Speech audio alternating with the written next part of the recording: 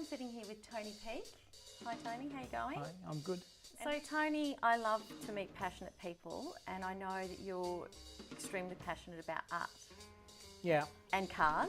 Yes, And definitely. you've got how many cars?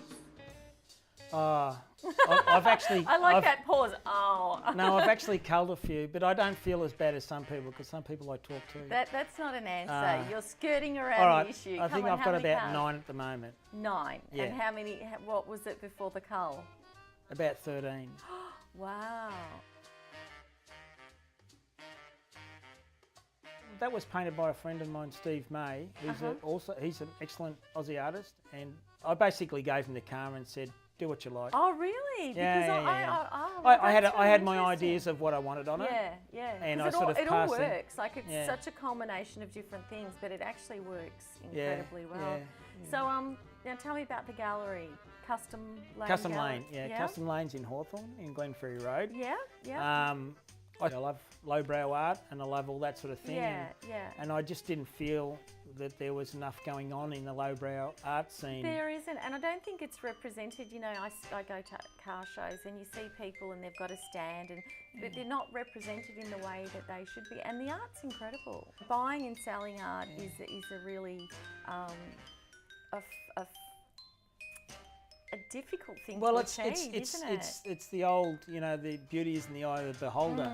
You know, you either like it or you don't, and a lot of people don't understand the tongue-in-cheekness of lowbrow art, which most of the lowbrow art, or that lowbrow art scene, started in, you know, like the late 50s and 60s, early 60s, with, I guess you'd call it almost the Ed Roth movement in California, where there was a lot of that rebellious monster sort of characters going on, where you had Ratfink was sort of like the, I don't know how you describe it, but he was like the evil Mickey Mouse. Yeah, he was. You know, he was quite grotesque. Yeah. And flies buzzing around him. Yeah, and then how did you go from just having it as an interest to actually having now? I built an art gallery.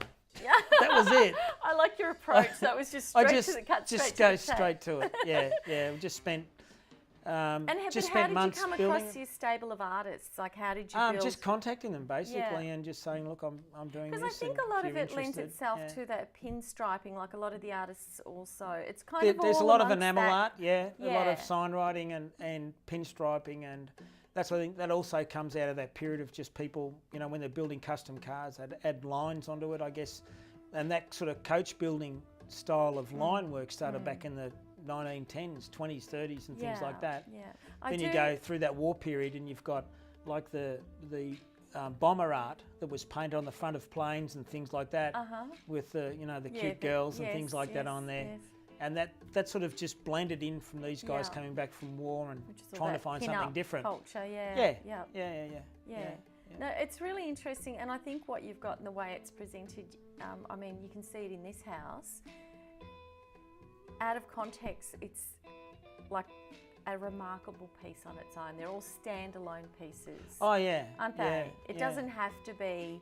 You don't have to be a car enthusiast. You don't have to be into rockabilly that's what I mean. There's so many people that aren't into that, but they do love the art. And also the film noir crosses into that, doesn't it? Yeah.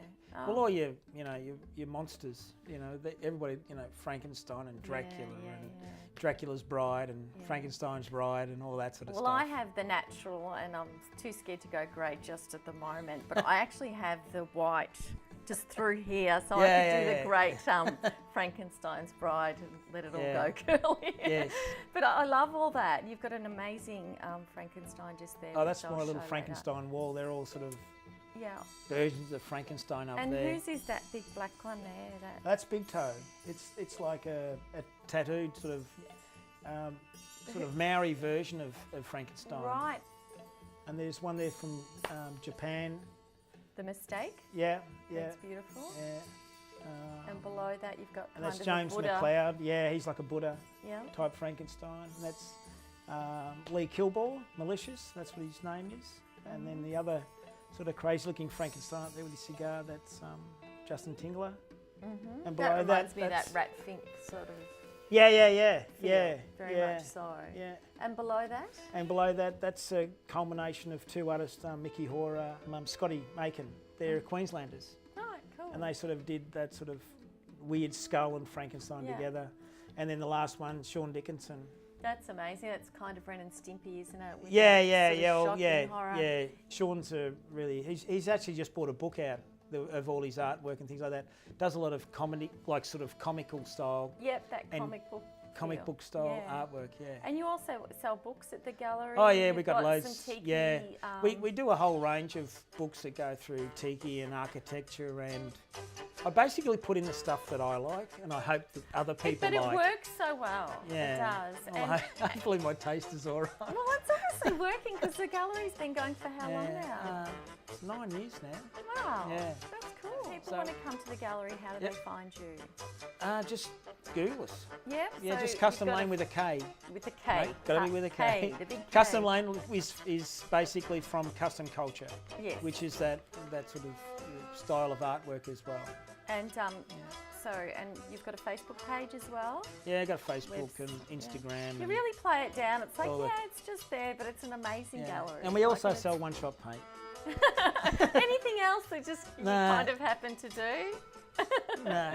Well, I get so excited that I can't not contain it, and I can't not have whatever that thing is. Yeah. Like I have to. It doesn't have to make sense. It won't fit in my house, but I must have it. Yeah. Because it's an amazing thing. Whatever it is. Yeah. Or idea that I have to facilitate. Yeah. The problem is though, is that they are vintage cars and they have their issues. And I don't know whether this happens to you, but there is the odd drive where it doesn't go as far as you expect it to go. I don't know. I built mine pretty much bulletproof. Really? Yeah. Oh, that's good. The old 54 Lincoln that you were talking about before, the one with the flames. And that's incredible. if you've seen me with some of the little driving stints at Chopped and things like that. No, I haven't. But I sat in there. I hammer that thing and it's... Do you really? So you enjoy it? Oh yeah, absolutely. I drive it to the ground. I love to drive. Yeah. Can I drive it? Yeah. Oh, good. Next time at Chopped, I'll take it for a spin around. Sounds good. Yeah. Excellent. Well, thank you. No, that's right. It's been Welcome. great. No Thank you.